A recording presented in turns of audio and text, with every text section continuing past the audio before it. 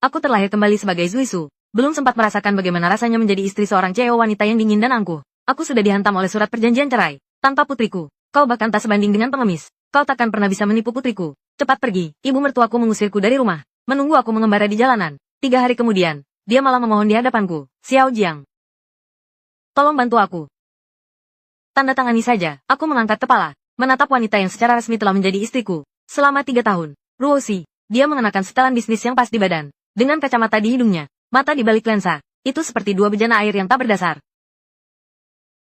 Jiang Jie, jangan bilang keluarga Qin memperlakukanmu dengan buruk. Semua tertulis jelas. Di sini, villa ini bukan milikmu. Dan jangan harap mendapat saham perusahaan. Karena selama 3 tahun ini kamu cukup patuh. Ruosi akan memberimu 200.000. Cukup untuk menghidupi sisa hidupmu. 3 hari. Aku sudah berada di dunia ini selama 3 hari. Otakku seolah-olah dipaksa menelan sebuah film yang sudah berumur lebih dari 20 tahun. Tokoh utamanya adalah orang lain. Juga bernama Jiang Jie. Seorang pecundang sejati. Menikah dengan keluarga Qin selama 3 tahun. Pekerjaannya setiap hari hanyalah mencuci pakaian, memasak, dan menahan ejekan serta hinaan ibu mertuanya. Hidupnya tak lebih dari setengah tahun. Begitulah yang dia ketahui. 3 hari yang lalu tepat saat aku merasa teraniaya.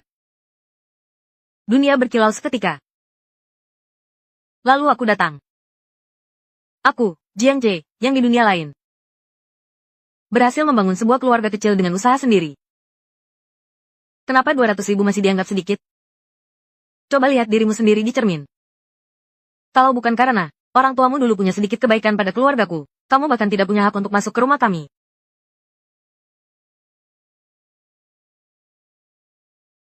Dalam skenario mereka, aku seharusnya menangis terseduh-seduh, memeluk kaki Qin Yesi dan memohon padanya jangan meninggalkanku. Lagi pula, Jiang Cheng di dunia ini, selain Qin Jia Zuixu, tidak punya apa-apa. Aku ikut campur. Sekarang tinggal kita berdua, barang-barangku tidak banyak. Aku akan membereskannya. Apakah aku sudah gila? Kamu yakin? Aku yakin aku pasti akan menceraikannya. Aku sudah muak, meskipun hanya membayangkan 3 kata itu. Tetapi tekanan dan penghinaan yang meresap ke tulang sumsum hampir membuatku sesak napas. Aku tidak ingin menjalani 1 hari pun lagi dengan harus melihat wajah orang lain. Sudah selesai. Dia pergi begitu saja, tanpa sepatah kata pun yang lembut. Aku bisa merasakan tatapan Qin Ruosi yang hanya peduli pada hidupnya sendiri. Barang-barangku hanya sebuah ransel, beberapa pakaian murah, dan sebuah ponsel. Tua, itulah seluruh harta benda tubuhku yang kaku ini. Saat aku turun tangga sambil memanggul ransel, Liu Xiuhua sedang duduk di sofa. Dengan wajah pucat, Qin Ruosi berdiri di depan jendela besar, menatap halaman di luar. Aku ingin melihatmu, sampah. Berapa lama kau bisa hidup tanpa keluarga Qin? Li Xiufang melihatku turun dan tak bisa menahan diri untuk menyindir.